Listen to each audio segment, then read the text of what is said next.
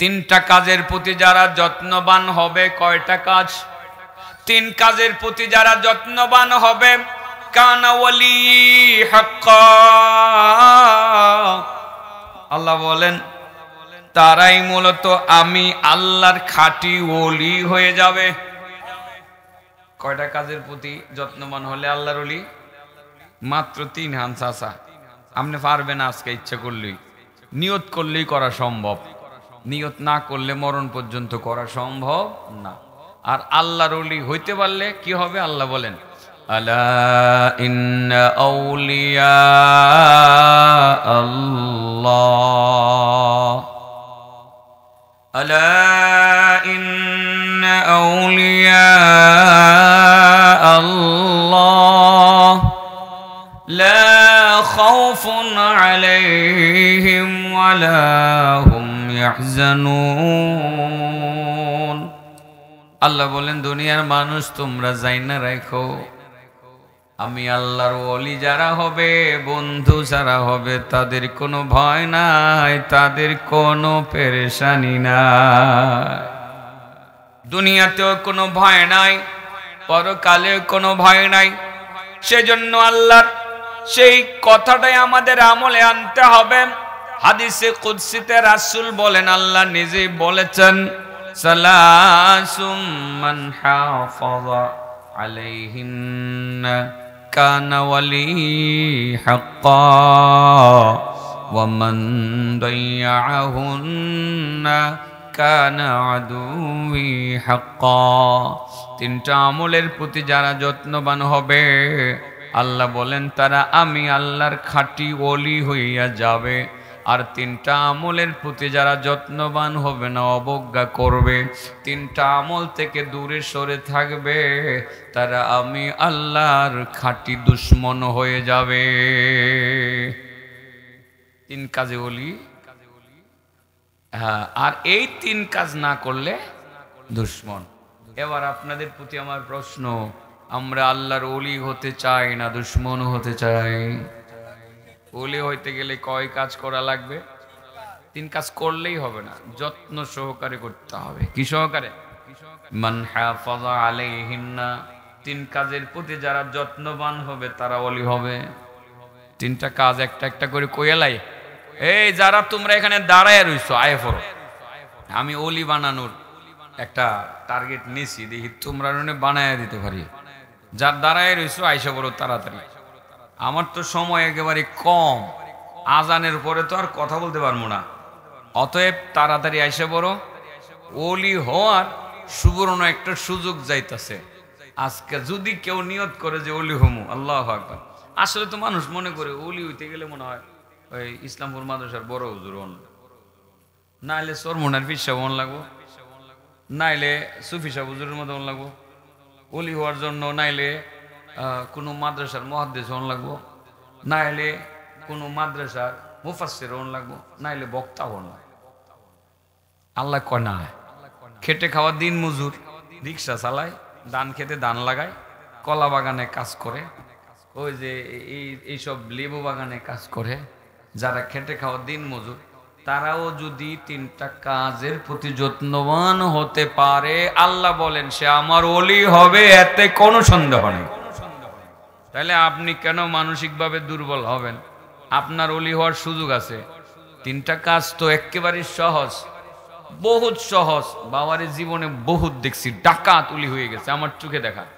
আমার সাথে সে ডাকাতির গল্প করছে, বলছে যে দেখো আমি ডাকাতি করছি জীবনে, লাস্ট ডাকাতিটা ময়মনসিংহের ব্যাংক ডাকাতি করছি। লাস্ট ডাকাতি হলো ময়মনসিংহের ব্যাংক ডাকাতি করছি। তার জীবনের শেষ প্রান্তে আমি তারে ওলি হইতে দেখছি।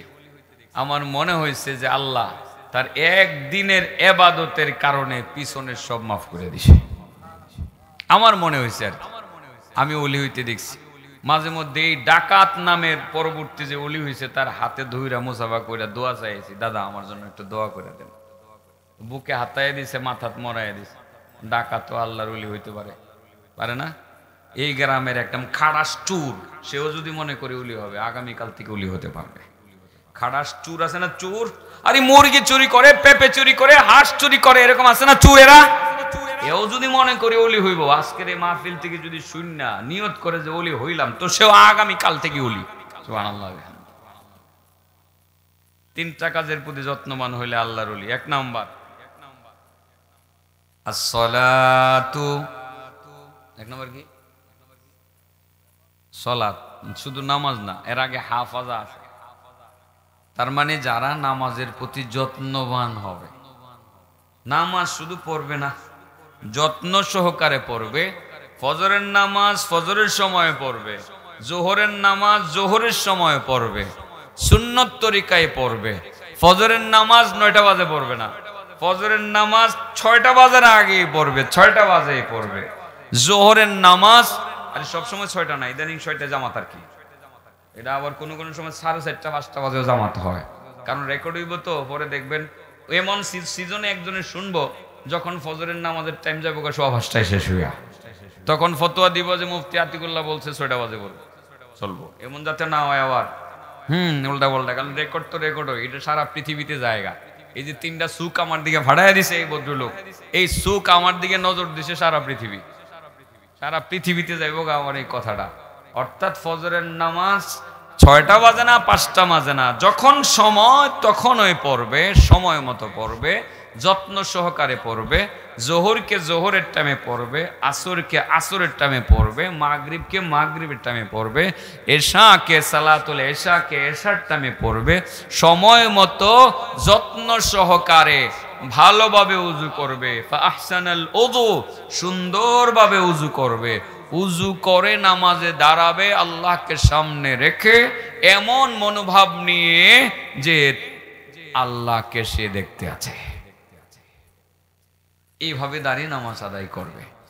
যদি নামাজের প্রতি যত্নবান হওয়া যায়, রুকু সেজদাগুলো যদি ভালোভাবে আদায় করা যায়, সূরা কেরাতগুলো যদি যত্ন সহকারে পড়া যায়, নামাজটাকে যদি নবীর তরিকা মতে শেষ করা যায়, আপনি আল্লাহর ওলি হওয়ার ক্ষেত্রে 3টা ধাপের একটা ধাপ সামনে অগ্রসর হয়ে গেলেন। আর মাত্র 2টা ধাপ অতিক্রম হবেন, আল্লাহ ডাক দেয়া বলবেন আনতা ওলি, তুমি আমার বন্ধু বান্দা, তোমার আর কোনো টেনশন নাই, নাই কোনো টেনশন দুনিয়াতে, নাই কোনো টেনশন তোমার আখিরাতে। আল্লাহর ওলি আপনি যেমন হবেন, মহিলারাও হবে ওলিয়া, মহিলারা ওলিয়া হতে পারবে, সকলের জন্যই। তাহলে নামাজকে যত্ন করা লাগবে না? যত্নটা কি বুঝছেন তো? সময় মতো নামাজ, অলসতা করে নামাজকে দেরি করা যাবে না। রুকু সেজদাগুলো ভালোভাবে আদায় করা লাগবে, সুন্দরভাবে আদায় করা লাগবে।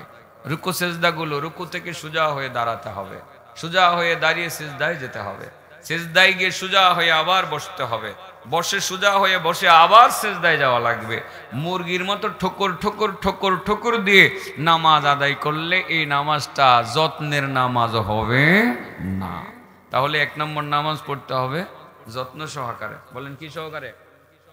যত্ন সহকারে। সূরা ফাতিহাটা একটু শুদ্ধভাবে শিখতে হবে বাবা, কঠিন কিছু মোটেও না। এখন তো পাড়ায় পাড়ায় মাদ্রাসা মসজিদ আছে, আপনাদের এই গ্রামে অনেকগুলো মাদ্রাসা মসজিদ আছে। এই যে এক মাদ্রাসার বড় হুজুর নিয়ে বসে রয়েছি, আরেক মাদ্রাসার বড় হুজুর হুন্ডা মাইরে আইছে, গেছে কই দিকটা হুন্ডা তুইতে গেছে। আতাল্লাহ ভাই, মাদ্রাসার তো অভাব নাই, মসজিদ আলহামদুলিল্লাহ মহল্লায় মহল্লায় আছে। ইমাম সাহেব লেখাপড়া ভালো জানে। আপনি 4-5 দিন 1 সপ্তাহ ট্রেনিং করেন, আপনি সব কটা সূরা শুদ্ধভাবে শিখতে পারলেন না, আপনি সূরা ফাতিহাটা শুদ্ধ করেন, সূরা ইখলাসটা শুদ্ধ করেন, সূরা নাস শুদ্ধ করেন, সূরা কাউসার আপনি শুদ্ধ করে পড়েন, সূরা ফালাক আপনি শুদ্ধ করে পড়েন, 4-5টা সূরা আপনি তালিমের হালকায় বসে শুদ্ধ করে পড়েন। নামাজ এবার শুরু করে দেন। আপনি ওলি হয়ে যাওয়ার দৌড়ে আগাইলেন, 1 ধাপ আগাইলেন, আর 2টা ধাপ আগাইবেন, ডাইরেক্ট আল্লাহ আপনাকে ডেকে বলবে তুমি আমার খাঁটি দুস্থ খাঁটি বন্ধু। তাহলে নামাজকে ইনশাল্লাহ ভালোভাবে আদায় করবো তো, ওযুটা ভালোভাবে পড়বো তো, হ্যাঁ, রুকুটা সুন্দরভাবে করবো তো। রুকুতে বলবো সুবহান রাব্বিয়াল আযীম, সুবহান রাব্বিয়াল আযীম, সুবহান রাব্বিয়াল আযীম, সামিআল্লাহু লিমান হামিদা, বলেন সামিআল্লাহু লিমান হামিদা, রব্বানা লাকাল হামদ, বলেন রব্বানা লাকাল হামদ হামদান কাসীরান তাইয়িবান মুবারাকান ফি। এটা তো আগেও শিখেছি মনে হয় আমি কোনো জায়গায়, বলেন হামদান কাসীরান তাইয়িবান মুবারাকান ফি। এটা মনে হয় পড়েন না আপনারা? পড়েন? কয়জনে পড়েন? হাত উঠে দেখান। হামদান কাসীরানটা কয়জনে পড়েন? 1 2 3 4 5 6 7 8 9 10, 10 জনে পড়েন। তাহলে বা 12-13 জন পড়েন, বাকিরা পড়েন না। এটা শিখেন। এটা পড়লে কি লাভ হয় বলতাম একটু আগে, তো বলছিলাম না এটা কই যেন, আজকে আবার বলে ফেলতাম। তাহলে যদি বলতে হয়, আপনাদের একটা কথা মনে রাখতে হবে, আল্লাহর ওলি হওয়ার জন্য কয়টা কাজের প্রতি যত্নবান হওয়া লাগবে?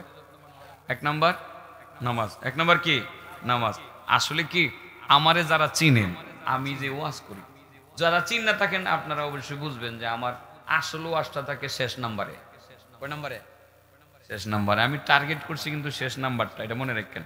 এটা শীতকালের ওয়াজ। শেষ নাম্বারটা কোন কালের ওয়াজ? শীতকালের ওয়াজ। দেখেন যে এটার জন্যই কিন্তু আমি ওয়াজটা শুরু করছি। 3 নাম্বার যে ধাপটা, এই ধাপটা অত্যন্ত গুরুত্বপূর্ণ। তাহলে 3টা কাজের প্রতি যত্নবান হলে আপনার ওলি, আপনি আল্লাহর ওলি। 1 নম্বরে হলো নামাজ। এই নামাজটাকে বোঝানোর জন্য একটু হামদান কাসীরানের কাছে গেছিলাম না। এই হামদান কাসীরান তাইয়িবান মুবারাকান ফি, এইটা যখন কোনো আল্লাহর বান্দা রুকু থেকে সোজা হয়ে দাঁড়িয়ে পড়ে, এটা পড়া অবস্থায় আল্লাহ যে কি পরিমাণ খুশি হন বোঝানোর জন্য সহিহ বুখারীর একটি হাদিস আপনাদের সামনে তুলে ধরি। রাসূল করিম সাল্লাল্লাহু আলাইহি ওয়াসাল্লাম নামাজে দাঁড়াইলেন। ইমাম কেডা? আমার নবী। নবীর পিছনে তো আর নামাজ আমরা পড়তাছি না, তবে নবীর ওয়ারিসদের পিছনে আমরা নামাজ পড়ি, ঠিক আছে না? নবীজি ইমাম আর আতিকুল্লাহ ইমাম আর মাহমুদুল হাসান ইমাম, এর মধ্যে ডিফারেন্স আছে না কিছু? কিছু কি, অনেক কিছু। আমরা তো মানুষ, সাধারণ মানুষ, আর আমার নবী ছিলেন অসাধারণ মানুষ, সর্বকালের সর্বশ্রেষ্ঠ মহামানব ছিলেন নবী করিম সাল্লাল্লাহু আলাইহি ওয়াসাল্লাম। উনি নামাজে দাঁড়ালেন। নামাজে দাঁড়িয়ে তিনি সূরা পড়লেন, ফাতিহা পড়লেন, অন্যান্য সূরা পড়লেন। সূরা শেষ করে রুকুতে গেলেন। রুকু থেকে ওঠার সময় নবী নিজে বললেন সামি আল্লাহু লিমান হামিদা। পিছনের মুসল্লিরা বললেন রব্বানা ওয়ালাকাল হামদ। কি বললেন? লাকাল হামদ। এটাও শুদ্ধ। ওয়ালাকাল হামদ এটাও শুদ্ধ, ঠিক আছে? এই জন্য আমি একবার পড়ে নিছি। কেউ যদি ওয়ালাকাল হামদ বলে ওরা করবেন না। আপনি সৌদি আরবে যাবেন, কাবা শরীফে নামাজ পড়বেন, দেখবেন মুয়াজ্জিন সাহেব বলতেছে রব্বানা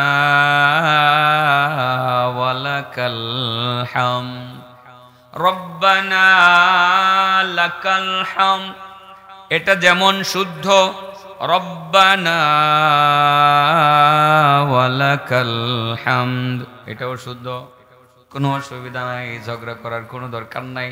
কেউ যদি লাকাল হামদ বলে সবাই বললেন রব্বানা ওয়ালাকাল হামদ। কিন্তু একজন সাহাবী এতটুকু বলার পরে আর একটু বাড়ায় দিলেন, বাড়াইয়া বললেন হামদান কাসীরান তাইয়িবান মুবারাকান ফি।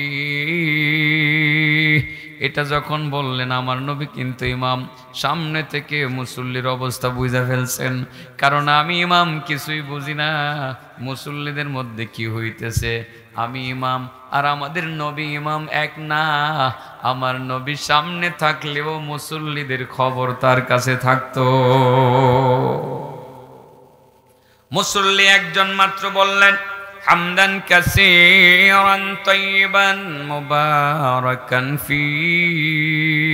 এতটুকু বললেন, আমার নবীর নামাজ শেষ হয়ে গেল। ফালাম্মান সারাফা, যখন নামাজ শেষ হলো, নামাজ শেষ হওয়ার পরে আমার নবী বললেন মানিল মুতাকাল্লিম, আয় কে রে, কে তুমি হামদান কাসীরান তাইয়িবান মুবারাকান ফি বললা? সবাই বলল হামদান, সবাই বলল রব্বানা ওয়ালাকাল হামদ। আর তুমি একাই বললা হামদান কাসীরান তাইয়িবান মুবারাকান ফি। তুমি কে? যে এটা বলছিল সে আগাই আসলো, এসে বলল ইয়া রাসূলুল্লাহ আনাল মুতাকাল্লিম। ওগো নবী, আমি বলছিলাম হামদান কাসীরান তাইয়িবান মুবারাকান ফি। আমার নবী তার দিকে তাকাইয়ে বলেন বন্ধু, তুমি বলেছো হামদান কাসীরান তাইয়িবান মুবারাকান ফি। তুমি জানোনি তুমি যখন হামদান কাসীরান তয়্যিবান মুবারাকান ফি বলছিলা, তখন আমি কি দেখছিলাম? আমার দেখা ঘটনাটা আমি তোমারে ভালোভাবে খুইল্লা বলি। রাআইতু বিদআতাও ওয়া সালাসিনা মালাকান ইয়াবতাদিরুনাহা আইয়ুহুম ইয়াকতুবুহা আউয়াল। আমি দেখছিলাম কমপক্ষে 30 জন ফেরেশতা আসমান থেকে দ্রুত দুনিয়াতে নাইমা তোমার কাছে আইসা পড়ছে। সুবহানাল্লাহ বলেন। কমপক্ষে 30 জন ফেরেশতা তোমার কাছে আইসা তুমি যে হামদান কাসীরান তয়্যিবান মুবারাকান ফি বলছো এটা লিখতে তারা শুরু করছে। কার আগে কে লিখবে সে তারা প্রতিযোগিতা শুরু করেছে, তাড়াহুড়া শুরু করেছে। কার আগে কে লিখবে, লিখকে আল্লাহর দরবারে পৌঁছাইয়ে দিবে, এই ব্যাপারে তারা নিজেদের মধ্যে প্রতিযোগিতা শুরু করছে। রাআইতু বিদআতাও ওয়া সালাসিনা মালাকান ইয়াবতাদিরুনাহা আইয়ুহুম ইয়াকতুবুহা আউয়াল। 30 জন ফেরেশতা কমপক্ষে নেমে প্রতিযোগিতা শুরু করছে, কার আগে কি লিখবে, লিখে আল্লাহর দরবারে পৌঁছাইয়া দিবে। সুবহানাল্লাহ বলেন। আপনি যখন খালি নামাজে রুকু থেকে ওঠার পরে খালি বলবেন রব্বানা লাকাল হামদান কাসীরান তয়্যিবান মুবারাকান ফিহ। এটা যখন আপনি বলবেন কমপক্ষে 30 জন ফেরেশতা আসবে, হাজার ফেরেশতাও আসতে পারে। তাড়াহুড়া করে লেখা কার আগে কে আল্লাহর দরবারে পৌঁছাইতে পারে দৌড়তে শুরু করবে। সুবহানাল্লাহ বলেন। তাহলে এই আমলটা কি আমরা করতে পারি না? এটারই নামাজের যত্ন বলে। কার যত্ন বলে? যদি নামাজকে আপনি যত্ন সহকারে পড়তে পারেন, সময় মতো নামাজ পড়তে পারেন, নিয়মিত নামাজ পড়তে পারেন, সময় মতো পড়তে পারেন, রুকু সিজদা ঠিক মতো করতে পারেন, ওলি হওয়ার দৌড়ে এক ধাপ আগায় গেলেন, আর 2টা ধাপ মাত্র বাকি, এরপরে আপনি ওলি। এরপরে আপনার নাম কি? চাচা আপনার এখন নাম কি? আব্দুল মান্নান। তাহলে আর 2টা ধাপ পার হলে আপনার নাম হইব ওলিউল্লাহ। সুবহানাল্লাহ কোন দেখছেন নি সহজ না আল্লাহর ওলি হওয়া? চাচা বইটা আমারে খুশি করবার লাগি কইতাছে বাতি যায় না বাবা, আল্লাহ নিজে কইছে, আল্লাহ নিজে বলছে। আল্লাহর কথাটা আমার নবী আমাদেরকে শুনাইছেন, হাদিস কুদসি। হাদিসটা কি? হাদিসে কুদসি। আজকে এখন আপনার নাম আব্দুল মান্নান, আর তখন হয়ে যাবেন গা আপনি ওলিউল্লাহ। আল্লাহ আপনারে আব্দুল মান্নান কয়ে ডাক না দিয়ে কইব এ আমার বন্ধু। সুবহানাল্লাহ। নামাজ ছাড়া আসলে কোনো উপায় নেই, যে যত কিছুই বলেন। অনেক পীর ফকিররা কইব দাইমি নামাজ পড়েন লাগে, ওই যে নামাজ ইতা নামাজ না, দাইমি নামাজ, সারাদিনই নামাজ পড়ন লাগে। এটা কেমনে মনে মনে ভণ্ড। এটা কি এরা আমার নবীর থেকে বেশি বুঝছে না? এটা বলে দাইমি নামাজ, 5 ওয়াক্তের নামাজ বলে নামাজ না। ভণ্ড আপনাদের এলাকায় আছে কিনা জানেন? এই ভণ্ড আছে এদিকে ভণ্ড। এরা একটু বুঝায়েন যে দেখ রে, তোরা নবীর থেকে বেশি বুঝিস না, কোরআন পড়, হাদিস পড়, আলেমদের মজলিসে বস। এদেরকে আসলে বোঝানো দরকার। ওই যে কিছু ভণ্ড আছে এদেরকে শিখিয়ে দিছে।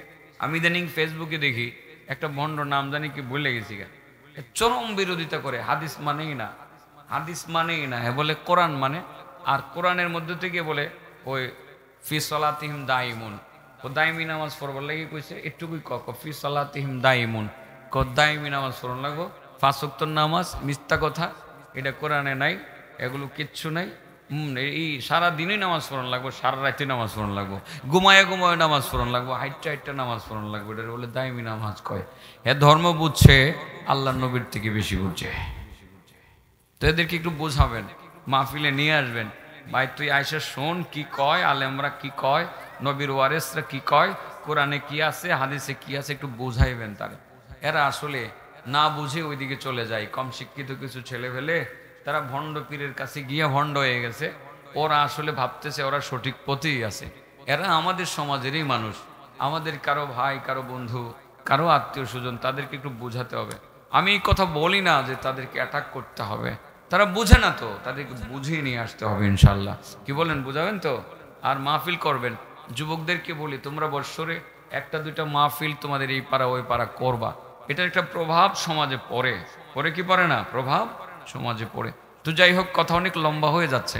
আমি বলতে চেয়েছিলাম আল্লাহর ওলি হওয়ার জন্য 3টা কাজ করা লাগবে। 1 নম্বরে অবশ্যই নামাজ লাগবে, পাঁচ ওয়াক্তের নামাজ ছাড়া আল্লাহর ওলি হওয়ার কোনো সম্ভাবনা নাই। যারা বলবে পাঁচ ওয়াক্ত নামাজ ছাড়া ওলি হওয়া যায় তারা ভণ্ড। বলেন তারা কি? ভণ্ড। এটা মাথায় রাখবেন। 2 নাম্বার, সালাসুম মান হাফাযা আলাইহিন্না কানা ওয়ালিহি হাক্কা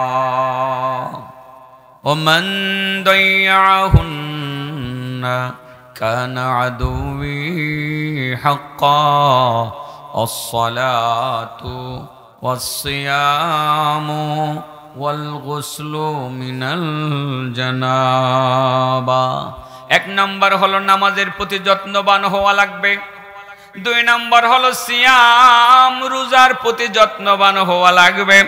রোজা কঠিন কিছু না, বৎসরে 1টা মাস রোজা রাখতে হয়, যত্ন সহকারে রাখতে হবে। রোজা রেখে কোনো অন্যায় করা যাবে না, পাপাচার করা যাবে না, মিথ্যা বলা যাবে না, কারো হক নষ্ট করা যাবে না। রোজা রেখে কারো জমিন দখল করা যাবে না, কারো গীবত করা যাবে না। জানি না কে জানি ওয়াজ করতেছিল, আমি আসার আগে আমার আগে যে ওয়াজ করছে তারও আগে কে জানি কথা বলতেছিল, তার ওয়াজগুলো মজা লাগতেছিল। গীবতের কথা বলছে, যে গীবত আমাদেরকে ধ্বংস করে দিতেছে, সেই গীবতের কথা বলছে, হিংসার কথা বলছে, বিদ্বেষের কথা বলছে। বাবা, রোজার প্রতি যদি আপনি যত্নবান হন, রোজা আপনাকে তাকওয়া শিখাবে।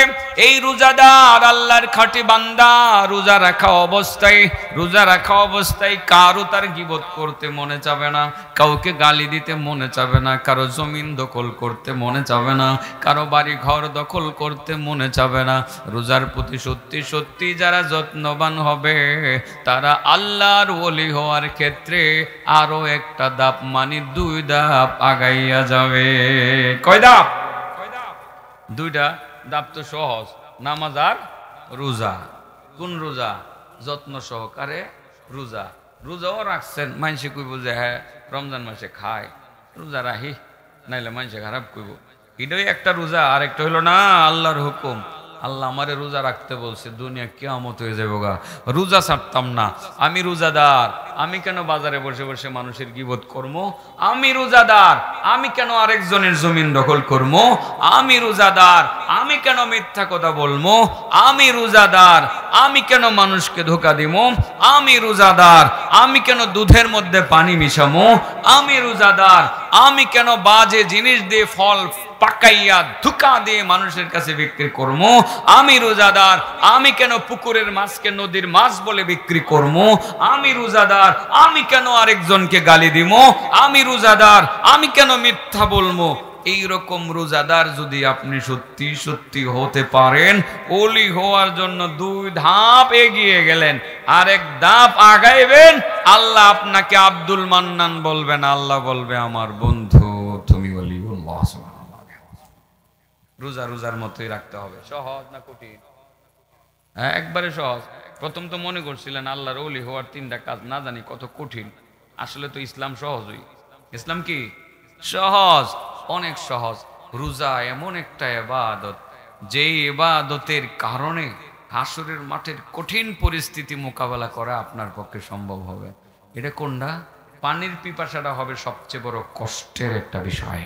হাসরের মাঠে পানির পিপাসা, প্রচন্ড গরম, সূর্য থাকবে মাথার কাছাকাছি, সূর্যের আলোতে মগজ গলতে গলতে নিচে নিক্ষিপ্ত হবে, কলিজা শুকিয়ে যাবে।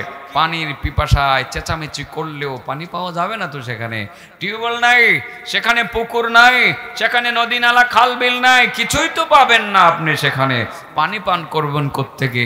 সেই কঠিন সময়ে যদি আপনি দুনিয়া থেকে রোজার উপরে যত্নবান বান্দা হয়ে থাকেন, সেদিন আপনার পানির ব্যবস্থা হবে কত সুন্দরভাবে। আল্লাহু আকবার। নবী করিম সাল্লাল্লাহু আলাইহি সাল্লামের হাদিসের একটা অংশ আবারও রিপিট করি আপনাদের সামনে বলি। সেদিন পানির পিপাসাতে কিভাবে দূর হবে? আল্লাহ রাসূল সাল্লাল্লাহু আলাইহি ওয়াসাল্লাম তার কোন এক সাহাবী, তার সাহাবী নাম তার আব্দুর রহমান ইবনে সামুরা।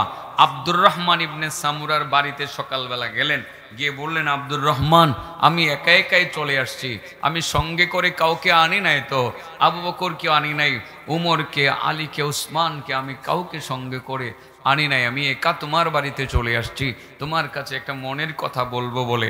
আমার মনের কথাটা তুমি শুনবানি? আব্দুর রহমান ইবনে সামুরা বলেন, ইয়া রাসূলুল্লাহ, আপনার মনের কথা শুনবো মানে? আমি তো আপনার মনের কথা শোনার জন্য পাগল নবী গো, তাহলে আমি অনেক ভাগ্যবান মানুষ, আমার কাছে আপনার মনের কথা বলবেন। এত বড় বড় সাহাবারা থাকার পরে আমার কাছে আপনি মনের কথা বলবেন।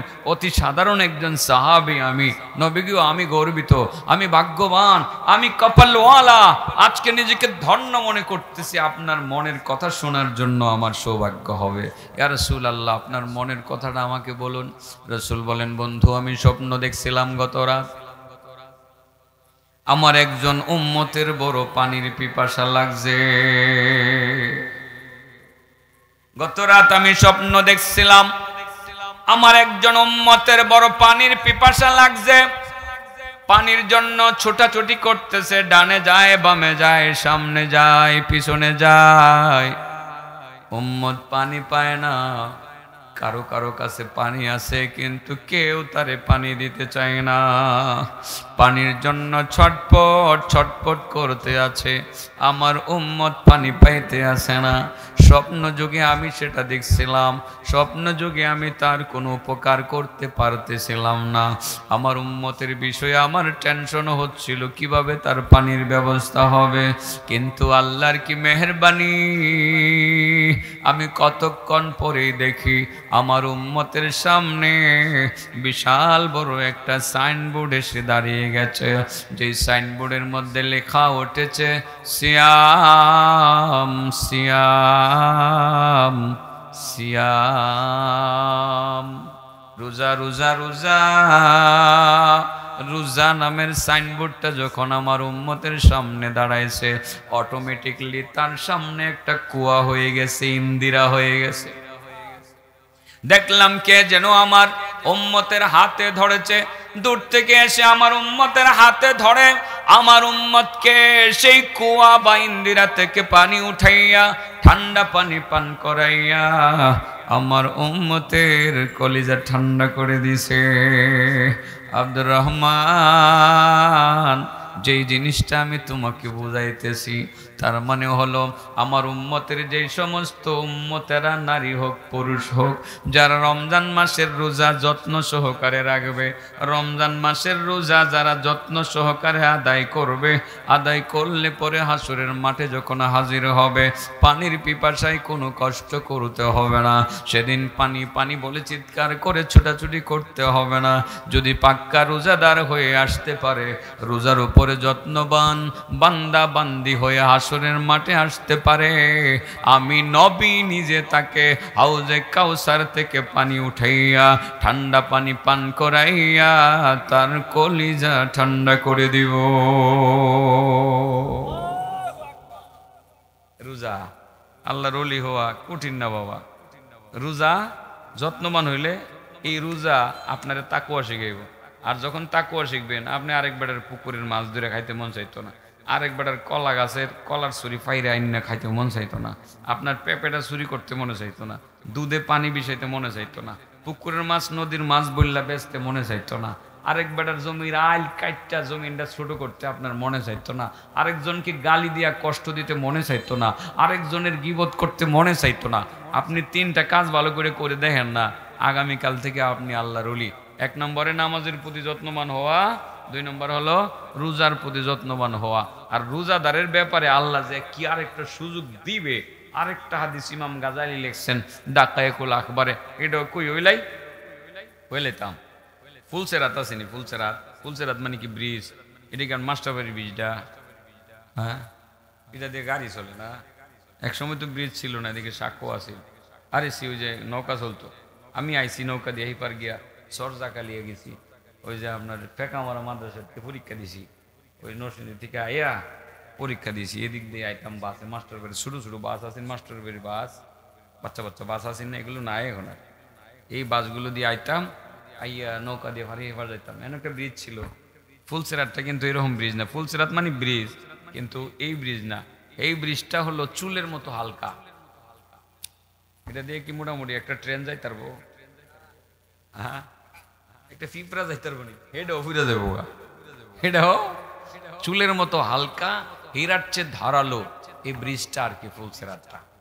এই ফুলসেরাত এর মধ্যে এটা 30,000 বছরের রাস্তা, এটার মধ্যে 7টা চেকপোস্ট হইব। কয়টা চেকপোস্ট? 7টা চেকপোস্ট হইব। এই 7টা চেকপোস্ট ডিঙ্গাইয়া আপনি এটা পার হইয়া নি জান্নাতে যাইতেন। চেকপোস্টের মধ্যে গেলেই জিগাইব, উত্তর ঠিক দিতে পারলে পরের চেকপোস্টে যাইতে দেওয়া হইব, না এলে ধাক্কা মেরে নিচে পালাই দিব, শেষ দুজুক। কোথায়? দুজুক। তো আল্লাহর কিছু বান্দা তারা ওই যে চেকপোস্ট ধরেন এমন হবে, এদিক দিয়ে এই পিলারটা একটা চেকপোস্ট, এই পিলারটা একটা চেকপোস্ট, 7টা চেকপোস্ট। কিছু বান্দা এটার ভিতর দিয়ে আসবেই না। সুবহানাল্লাহ। পিছন দিকে স্প্যান্ডেলের উপর দা পাখির মতো উড়ে যাবো। চেকপোস্টে পুলিশ বসে রয়েছে, ফেরেশতা আর কি, এরা এটার উপর দিয়ে গেলে দেখবো এরা স্প্যান্ডেলের উপর দিয়ে মানে আকাশপথে উড়ে কিছু মানুষ পাখির মতো ডানা নিয়ে উঠতে উঠতে সোজা জান্নাতের ভিতরে চলে যাবে।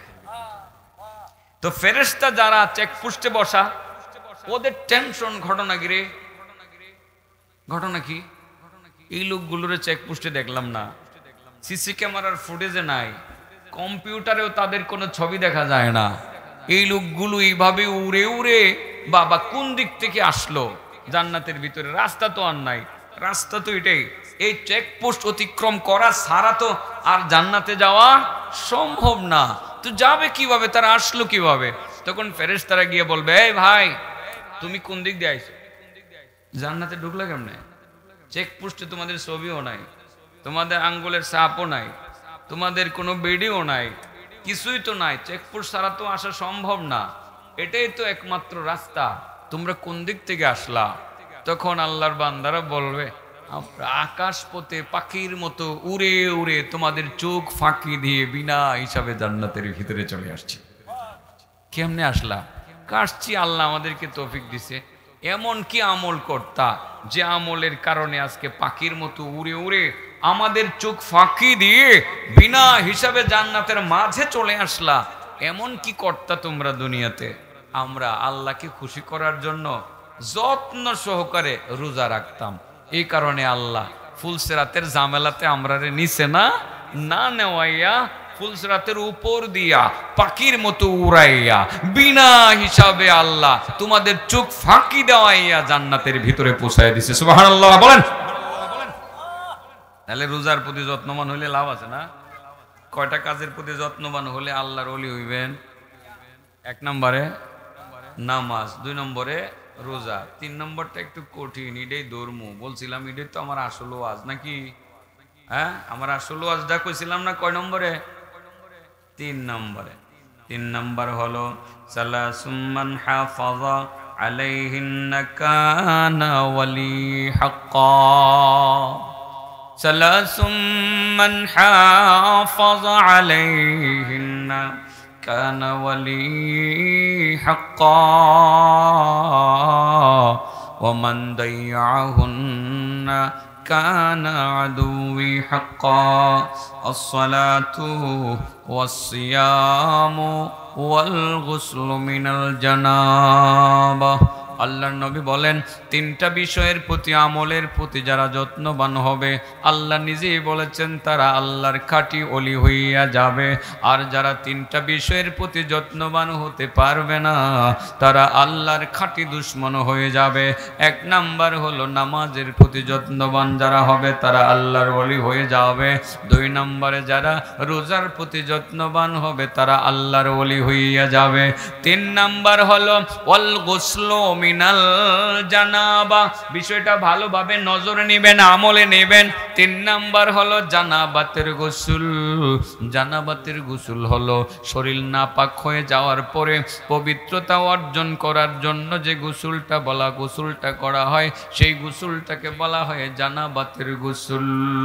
যারা জানাবাতের গোসলের প্রতি যত্নবান হবে, নাপাক তো শরীর হবেই, নানান কারণে হবে, নাপাক শরীর নিয়ে ঘোরাঘুরি করবে না, বাহির হবে না, যথাসময়ে ফজরের আগে শরীরটাকে পবিত্র করে ফেলবে। কনকনে শীতের মধ্যে হলেও নাপাক শরীর নিয়ে ঘুমাইয়া থাকবে না, নাপাক শরীর নিয়া ঘর থেকে বের হয়ে কোনো সর্দারি মাতব্বরিতে যাবে না, নাপাক শরীর নিয়া তারা বাজারে ঘুরতে যাবে না, বাজার করতে যাবে না। অনেক আল্লাহর বান্দা আছে রাতের বেলা শরীরটা নাপাক হয়ে গেছে, ফজরের নামাজ পড়ে না, গোসল করে না, সকালবেলা পর্যন্ত ঘুমাইয়া দুপুর বেলা পর্যন্ত বাজার থেকে ফিরে আসে, ওই সময়ে রৌদ্র উঠে তারপরে গোসল করে, তারপরে খাওয়া দাওয়া করে। এমন যারা করবে তারা কোনোদিন আল্লাহর ওলি হতে পারবে না। রাসূল বলেন, আল্লাহ নিজেই বলেছেন, জানাবাতের গোসলের প্রতি যারা যত্নবান হবে, শরীরটা নাপাক হয়ে যাওয়ার পরে পবিত্রতা অর্জন করার জন্য যত্নবান হবে, এক কথায় পবিত্র থাকবে, আল্লাহ রাব্বুল আলামিন নিজেই বলেন চূড়ান্ত পর্যায়ে তারা আমি আল্লাহর খাঁটি ওলি হইয়া যাবে। সুবহানাল্লাহ বলেন। 1 নম্বর নামাজ, 2 নম্বর রোজা, 3 নম্বর বলেন পবিত্রতা, 3 নম্বর কি ওলি। এই 3 কামে ওলি। কয় কামে ওলি? কঠিন কিছু। এই যদি আপনি পবিত্রতা অর্জন করে থাকেন আর শরীর নাপাক থাকলে যদি যথাসময় পবিত্র হয়ে যান, আপনার যে আরো কি লাভ হবে। আরেকটা হাদিস বলে ফেলতাম, আজান দিয়ে লাইব ভাই, আজানটা একটু 5টা মিনিট পরে দেন, আমি হাদিসটা শেষ করি। হ্যাঁ, 5টা-6টা মিনিট পরে দেন, আমি হাদিসটা শেষ করি, এরপরে আজান দিয়ে নামাজ পড়েন। মানুষ তো আইতাছে দেয়া যায় খালি ওমান। ঘটনাটা কি তো ব্যাক কল নাকি মানুষ? এটি দিনের বেলাও মাহফিল আয়নি। এই জীবনের প্রথম মনে এটা দিনই হয়েছে না। এই যে মানুষ আইতাছে জোহরের পরে আরো বইরা যাইব গা, ইনশাআল্লাহ বইরা যাইব। আগামী বছর মাহফিলটা দিনে হইব। কোন সময় হইব? সব মাহফিল দিনে। আমি যদি দেখা যাইতে পারতাম যে রাতের মাহফিল টোটাল বন্ধ হয়ে গেছে, খুশি হইতাম, খুশি হইতাম, খুশি হইতাম। অনেক লাভ, সেই লাভ বললে শেষ করা যাবে না। এটার ফজিলত অনেক বেশি। কি জানি কইছিলামও, যারা পবিত্রতা অর্জন করবে এদের আরেকটা কি হইব, এটা শুনলে তো লোভ লাগে যাবো গা। আর জিন্দিগিতে গোসল না করে থাকতে মনে যাইতো না, ফজরের আগে গোসল করে মসজিদে যাইতে মনে চাইবো ইনশাল্লাহ। কইলাইতাম হাদিসটা মনে আসেনি আমার নবী যে ফজরের নামাজ পড়ে এক সাহাবীর বাড়িতে গেছিল, তার নাম আব্দুর রহমান ইবনে সামুরা। আব্দুর রহমান ইবনে সামুরাকে আরো বলছিলেন, ও আমার বন্ধু আব্দুর রহমান ইবনে সামুরা, স্বপ্ন শুধু একটা বলছিলাম, পানির পিপাসায় কষ্ট করতে আসে আমার উম্মত, তার পানির ব্যবস্থা হয়ে গেছে রোজা রাখার মাধ্যমে, সেটা বলছিলাম। আব্দুর রহমান আরেকটা কথা শোনো, আমার আরেকজন উম্মতকে আমি দেখছিলাম, বনি ইসরাইলের যত নবী রাসূল আছে, লক্ষ লক্ষ নবী রাসূল, ঈসা নবী, মুসা নবী, সমস্ত নবী রাসূলগণ গোল করে একটা বৈঠক করতে আসে, মিটিং করতে আসে। তারা যে এমন ভাবে বসছে, তাদের মাঝে কোনো ফাঁক নাই, একটা জায়গাতে সামান্য একটু ফাঁকা আছে, ওই ফাঁকার মধ্যে আমার একজন উম্মত গিয়ে ঢুকে গেছে। যখন আমার একজন উম্মত ঢুকলো, ঢুকার সঙ্গে সঙ্গে বনি ইসরাইলের নবী রাসূলগণ চরম রাগ করলো, রাগ করে বলল, আল্লাহর বান্দা, আমরা হইলাম সবাই নবী রাসূল, আর তুমি হইলা একজন নবীর উম্মত হইয়া তুমি আমাদের মজলিসের ভিতরে বসতে গেলা কেন? কত বড় সাহস, তুমি এখান থেকে উঠো। রাসূল বলেন, আমি স্বপ্ন দেখছিলাম আমার উম্মতকে বনি ইসরাইলের নবী রাসূলগণ এক প্রকার মোটামুটি অপমান করে সেখান থেকে উঠাইয়া দিল, আমার উম্মতকে অপমান করলো, আমি নবী সেটা সহ্য করতে পারলাম না। কিন্তু স্বপ্ন যুগে আমার উম্মতের কোনো উপকার আমি নিজেও করতে পারলাম না। তবে হঠাৎ করে দারুণ একটা দৃশ্য দেখলাম, হঠাৎ করে তাকাইয়ে দেখলাম আমার উম্মতের সামনে বিশাল বড় একটা সাইনবোর্ড এসে দাঁড়িয়ে গেছে। সুবহানাল্লাহ বলেন, সুবহানাল্লাহ। যেই সাইনবোর্ডের মধ্যে লেখা উঠছে গোসলুল জানাবা, বোঝানোর জন্য বলছি, হাদিসের আবারটা হুবহু এরকম নাও হতে পারে। গোসলুল জানাবা, মূল মিনিংটা বলতেছি, জানাবাতের গোসল, জানাবাতের গোসল, জানাবাতের গোসলের সাইনবোর্ডটা এসে দাঁড়াইছে। জানাবাতের গোসলের সাইনবোর্ড মানে শরীর নাপাক হয়ে যাওয়ার পরে পবিত্রতা অর্জন করার যে গোসল, এটারে জানাবাতের গোসল বলা হয়। জানাবাতের গোসল এক কথায় ফরজ ফরজ গোসল, আরো সহজে বলবো পবিত্রতার সাইনবোর্ড যখন তার সামনে এসে দাঁড়ালো, রাসূল বলেন আমি দেখলাম দূর থেকে কে যেন একজন অপরিচিত মানুষ আসলো। মানুষ এসে তার হাতে ধরলো, তার হাতে ধরে আর বনি ইসরাইলের নবী রাসূলদের বৈঠকে বসাইল না, স্বয়ং আমি নবী মুহাম্মদ মুস্তাফার সঙ্গে বসাইয়া দিল। তার মানে আব্দুর রহমান, একটা কথা ভালোভাবে মনে রাখবাম, আমার উম্মতের মধ্যে যে সমস্ত উম্মতেরা পবিত্রতার প্রতি যত্নবান হবে, পবিত্র থাকবে, পবিত্রতার প্রতি যত্নবান হবে, হাসরের ময়দানে অন্য কোন নবী রাসূলের সাথে তার থাকতে হবে না। আমি হাসরের ময়দানে যেখানে থাকব, আমার উম্মত সেখানে আমার সঙ্গেই থাকবে। পবিত্রতার এত গুরুত্ব, এত গুরুত্ব। শীতকালে বাবা অলসতা, একটু অলসতা লাগবো, এই জন্য এই ওয়াজটা এটার আমি গুরুত্ব দিয়ে করলাম আর কি। অলসতা লাগবো, গোসলটা করতে মনে চাইতো না, গরম পানি করলেও মনে চাইতো না, কম্বলের নিচ থেকে উঠতে মনে চাইতো না। শরীর তো নাপাক হইতেই পারে, পারে না? পারে, যৌক্তিক কারণে শরীর নাপাক হতে পারে। যারা মিচিওর তারা তো বুঝতেই আছেন, অলসতা করে শুয়ে থাকবো না, সময় হয়ে গেলে গোসলটা করে নেব যত্ন সহকারে। আল্লাহ ডাক দিয়ে বলবেন, বান্দা তুই নামাজের প্রতিও যত্নবান, রোজার প্রতিও যত্নবান, আর এখন গোসলের প্রতিও যত্নবান। যা বান্দা, তোর নাম আব্দুল মান্নান না, তোর নাম অলিউল্লাহ। তোরে আমি অলি বানায় নিলাম। 3 কাজে অলি। চাচা কয় কাজে অলি? মন থাকবো 3টা কাজ। হ্যাঁ, ওয়াজ কিছু কইছে, কিছু ওয়াজ, হ্যাঁ, আর তো বেশি কিছু কইতারছি না, ঘন্টার উপরে তো হয়ে গেছে গা। আমার মনে হয় এই জাতীয় ওয়াজই এখন আমার দৃষ্টিতে করা ভালো। ফাঁকি দিয়া আরো অনেক কিছু কথা বলেছি, অনেক কিছু বলেছি, ক্ষমতার মালিক আল্লাহ, এগুলো তো সবাই নিজেদের মধ্যেই বুঝতেছেন না? বুঝতেছেন। ক্ষমতা আল্লাহ দিতেও পারে, নিতেও পারে। যার কাছ থেকে নিছে তো নিছে গা, তো আল্লাহ যাদেরকে দেওয়ার ইচ্ছা এদেরকে দিতেও পারে। তবে আপনাদের কাছে বলবো যে এরকম বুঝে শুনেই ক্ষমতা দেওয়ার জন্য আল্লাহর ইশারা যেদিকে, ওই দিকে আপনারা আগাইবেন, ঠিক আছে না? ইনশাআল্লাহ এ দেশটা সুন্দর হোক, ভালো হোক। এদেশে কিছুদিন আগেও ওয়াজ নসিহতের ক্ষেত্রে আমরা অনেক ঝামেলায় থাকতাম। কাউকে ইচ্ছা হইলে কাউকে বলতে দিত, তা না বলতে দিত না, মাহফিল বন্ধ করে দিত, অনুমতি লাগবে, এটা লাগবে, সেটা লাগবে, নানান কথা, অনেক কিছু। মাহফিলে যাইতেছি, পুলিশ গিয়ে বন্ধ করে দিয়েছে, রাস্তা থেকে চলে আসছি। আর্থিক ক্ষতিগ্রস্ত হয়েছি, আর্থিক ক্ষতিগ্রস্ত, গাড়ি তো ভাড়ায় চলি, দেখা গেল মাহফিলের কাছে গেলাম না। আর আমরা তো এরকম বক্তা, বিশেষ করে আমি, আমার ব্যাপারে তো জানেন, আমি অ্যাডভান্স টাকা নিই না গাড়ি ভাড়া আমার জিন্দেগিতে কোনো সময়। ইচ্ছাকৃতভাবে এই কথা বলতেও পারি না যে ভাই মাহফিলটা হচ্ছে না, আমার গাড়ি ভাড়াটা কে দিবে, বলতেও পারি না। বহুত ক্ষতিগ্রস্ত হয়েছি, অনেক সমস্যার মধ্যে ছিলাম, আসলে অনেক সমস্যার মধ্যে ছিলাম। তো আল্লাহ রহমত করছে, আল্লাহ রহমতের দৃষ্টিতে আমাদের দেশের দিকে তাকাইছে। এই বিষয়টাকে সবাই কদর করবেন। জালেম যাতে আর না আসে, জালেম, ভালো মানুষ আসুক। কে আসুক? ভালো মানুষ আসুক, ধার্মিকেরা আসুক, যাদের দ্বারা ধর্ম কর্ম সহজভাবে করা যাবে তারা সহযোগিতা করবে এবং আমাদের ঈমান আকীদার সংরক্ষণ হবে। ওইদিকেই সবাই আগাবেন। আল্লাহ তৌফিক দান করুন। তবে একটু প্রশ্ন করি, বলেন তো দেখি, কয় কাজে আল্লাহর ওলি, কয় কাজের প্রতি যত্নবান হইলে আল্লাহর ওলি হওয়া যায়? 1 নম্বর কিসের প্রতি? 2 নম্বর, 3 নম্বর? মন থাকবো, এবার হাফেজ হয়ে গেছে, মুখস্থ করে লেছে সব। ওয়াজ এরকমই হওয়া চাই, মুখস্থ করবেন। বক্তা কি বলছে শুরু থেকে শেষ পর্যন্ত মুখস্থ করবেন।